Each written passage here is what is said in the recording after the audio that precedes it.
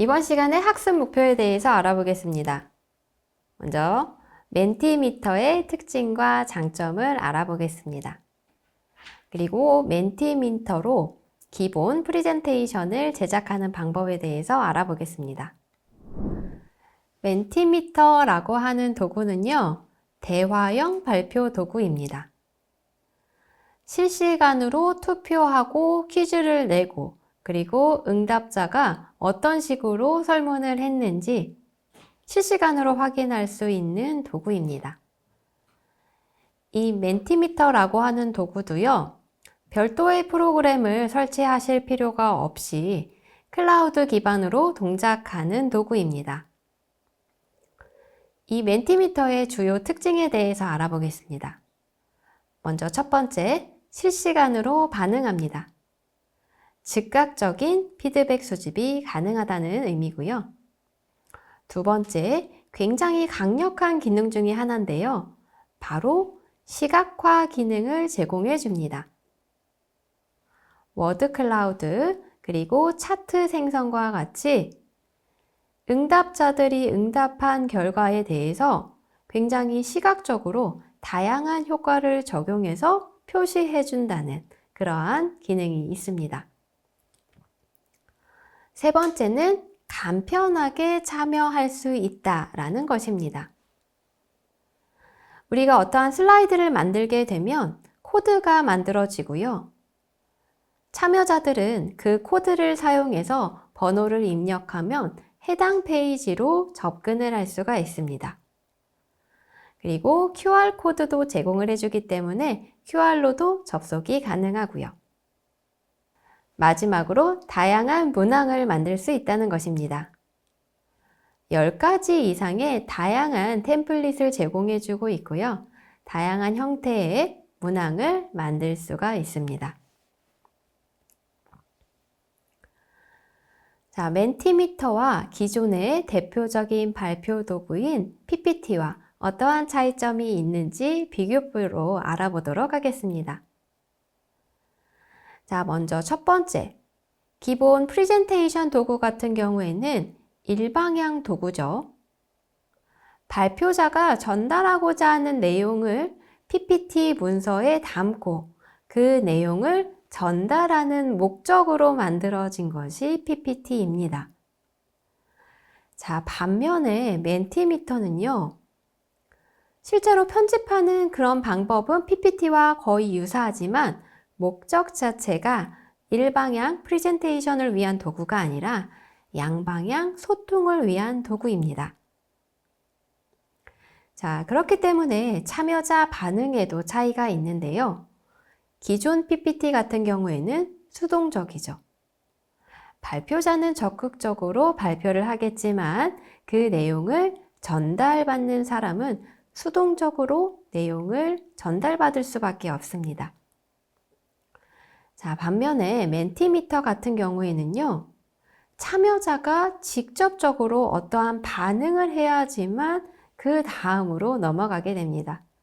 즉, 능동적으로 참여할 수 있는 도구죠. 자, 우리가 피드백 같은 경우에는 프레젠테이션은 사후에, 즉, 발표가 끝난 이후에 피드백을 받을 수가 있지만 멘티미터는 실시간으로 반응을 수집해서 결과를 확인할 수가 있습니다. 그리고 데이터 수집의 경우 PPT는 발표를 위한 도구이다 보니 데이터를 수집하기 위한 도구가 준비가 되어 있지 않습니다. 즉, 만약에 어떠한 피드백을 받고 싶다면 별도의 도구를 활용하셔야 합니다. 자, 반면에 멘티미터는 자동으로 데이터가 수집이 됩니다.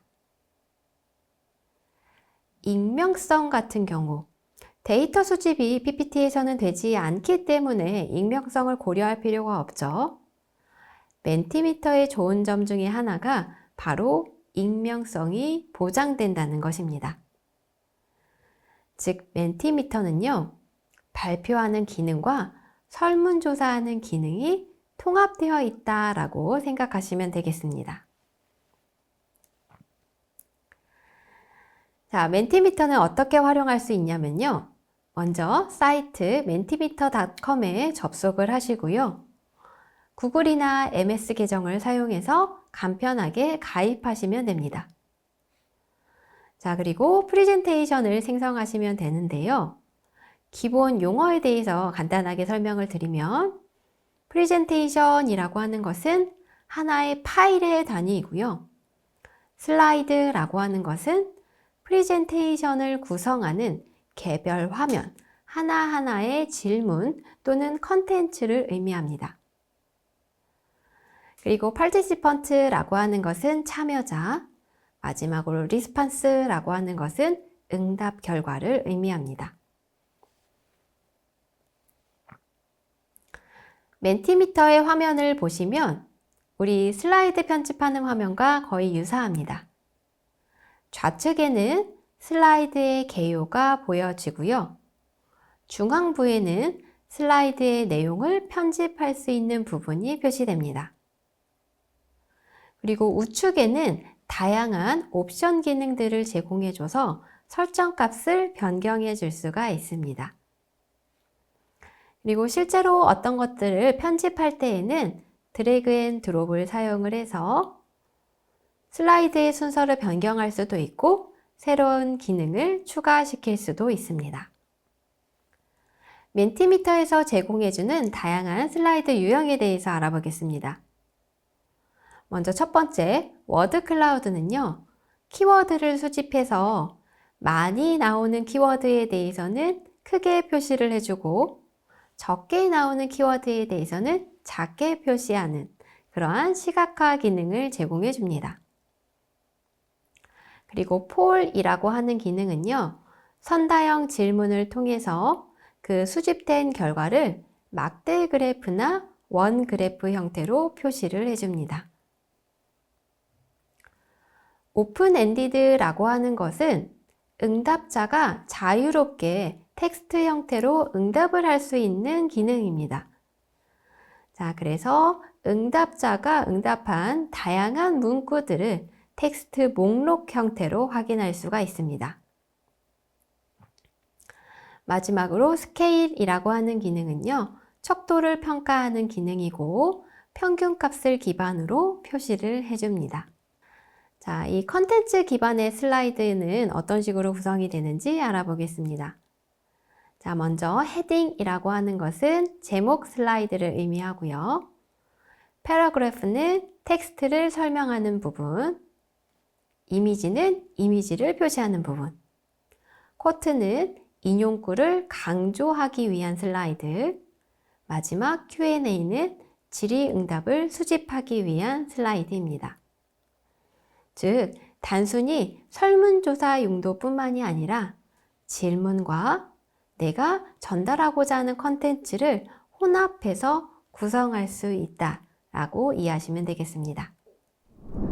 자, 그럼 이제 멘티미터를 사용해서 우리가 기본적인 프레젠테이션을 한번 만들어 보겠습니다. 자, 새 프레젠테이션을 만들기 위해서 먼저 New Presentation을 클릭해 주시고 제목을 입력해 주세요. 자, 여기에서는 온라인 수업 만족도 조사라는 제목을 예시로 들었습니다.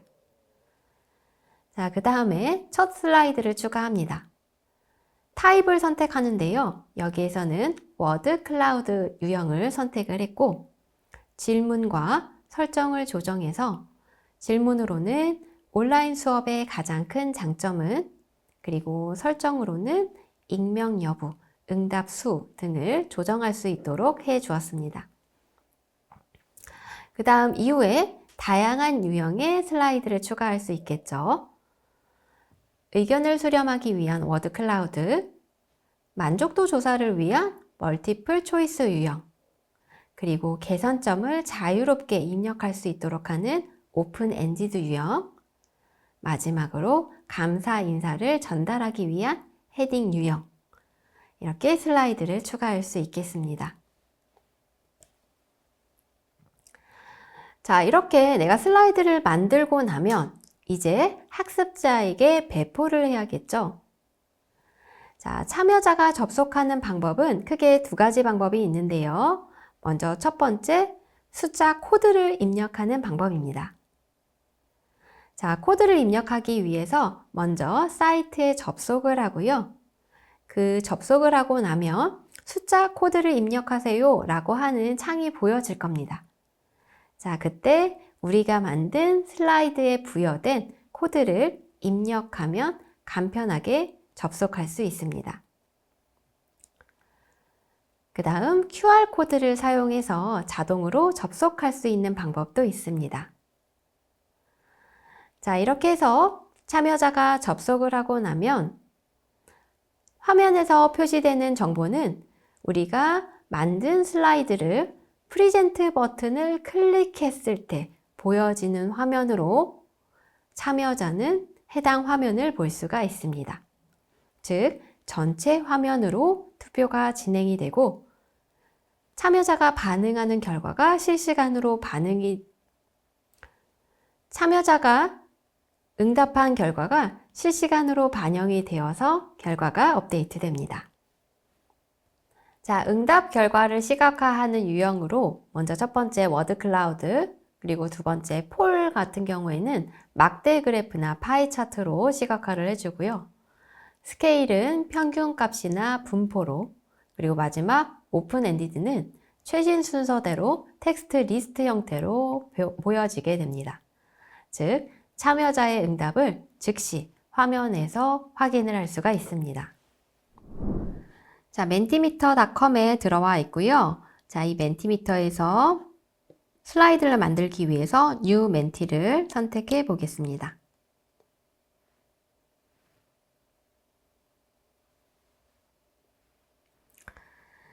자, 여기에서 New 슬라이드를 클릭해서 여러 개의 유형이 있는데요. 저는 먼저 워드 클라우드를 선택해 보겠습니다. 자, 그러면 여기 가운데에 이렇게 화면이 보여지게 되고 먼저 질문에 해당하는 영역에 내가 입력할 질문, 온라인 수업 관련된 내용을 작성해 보겠습니다.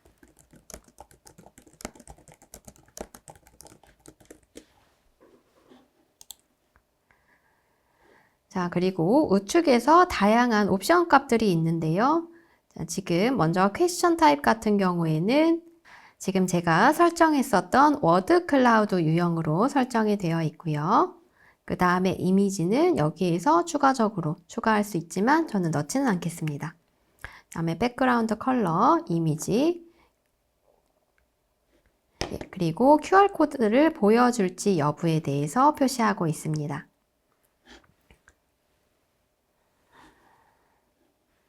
자, 그 다음 좌측에서 더 다양한 멘티미터를 만들어 보도록 하겠습니다. 이번에는 멀티플 초이스를 사용을 해 볼게요. 멀티플 초이스.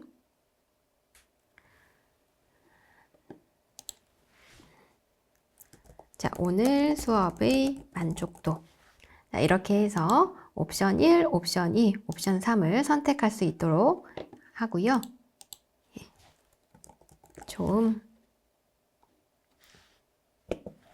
보통, 아쉬움. 이렇게 세 가지 유형에 대해서 투표를 받을 수 있는 멘티미터를 만들었습니다. 자, 이것을 우리가 프리젠트 모드로 보여지게 되면요. 전체 화면에서 보여지게 되고 이 번호를 통해서 menti.com에 접속해서 이 번호로 사용자가 응답을 하게 되면 실시간으로 좋음, 보통, 아쉬움이 숫자가 바뀌는 것을 확인을 하실 수가 있습니다. 자, 그럼 이러한 멘티미터를 우리가 어떤 식으로 수업 시간에 활용할 수 있을까요? 먼저 첫 번째, 학습 의견을 수렴하는 데 활용할 수 있습니다. 강의 시작 전이라면 지금 사전 지식이 어느 정도 있는지 우리가 확인할 수 있고, 강의 중간이라면 이해도를 점검하는 목적으로, 그리고 강의 후라면 만족도 조사 목적으로 활용할 수가 있습니다. 자, 이 멘티미터의 가장 큰 장점, 익명이 보장된다라는 거였죠. 자, 그렇기 때문에 참여자는 솔직하게 부담 없이 의견을 작성할 수가 있습니다. 그리고 내가 작성한 의견뿐만 아니라 다른 사람이 작성한 의견을 시각화를 통해서 볼 수 있기 때문에 즉각적인 공유가 가능하다는 장점도 있고요. 그리고 실시간 Q&A 세션의 목적으로도 활용할 수가 있습니다. 자, 교수자가 Q&A 슬라이드를 만들어서 오픈을 해두면 학습자는 질문을 작성해서 제출을 하는 거죠. 자, 그러면 교수자는 그 업데이트된 질문들을 보면서 그 질문들을 적절하게 선택해서 수업 시간에 응답을 해줍니다. 자, 이런 식으로 우리가 멘티미터를 활용할 수가 있습니다. 세 번째 방식은요, 브레인스토밍 목적으로 활용하는 것입니다. 먼저 워드 클라우드를 사용해서 다양한 아이디어를 수집합니다. 참여자들이 다양한 키워드를 입력하죠. 그리고 실시간으로 워드 클라우드를 통해서 어떠한 단어를 많이 입력했는지 주요 키워드 기반으로 토론을 시작할 수 있습니다. 예를 들어서 내가 지금 프로젝트를 운영하려고 하는데 프로젝트 주제를 어떻게 선정하면 좋을지, 혹은 특정 개념에 대해서 설명을 했는데 이 개념과 관련된 단어는 무엇이 있을지, 해결책에 대해서 논의를 하고 있다면 해결 방안에 대해서 직접적으로 참여자가 응답하는 형식으로 응답을 받을 수가 있습니다. 그 다음 퀴즈를 사용하는 방법입니다. 퀴즈 컴피티션 모드를 활성화시키시고 정답을 설정하고 제한 시간도 지정할 수가 있습니다. 그래서 제한 시간 안에 누가 빨리 응답을 했는지를 가지고 점수 기반으로 순위를 표시할 수 있습니다.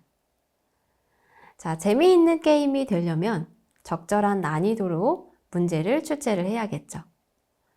그리고 너무 지루해지지 않도록 짧은 시간 안에, 예를 들어서 10초에서 20초 정도 안에 응답을 입력하도록 제한을 두어야 합니다.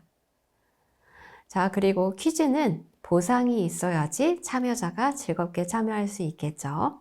또 동기부여할 수 있도록 보상과 연계하는 방법도 고민해 주세요. 자, 이번 시간에는 멘티미터, 실시간 양방향 발표 도구에 대해서 알아봤습니다. 10가지 이상의 다양한 슬라이드 유형을 제공해주는 도구고요. 의견 수렴, Q&A, 브레인스토밍, 퀴즈와 같이 다양한 전략을 사용해서 수업 시간에 활용해 보시는 것을 권장드립니다.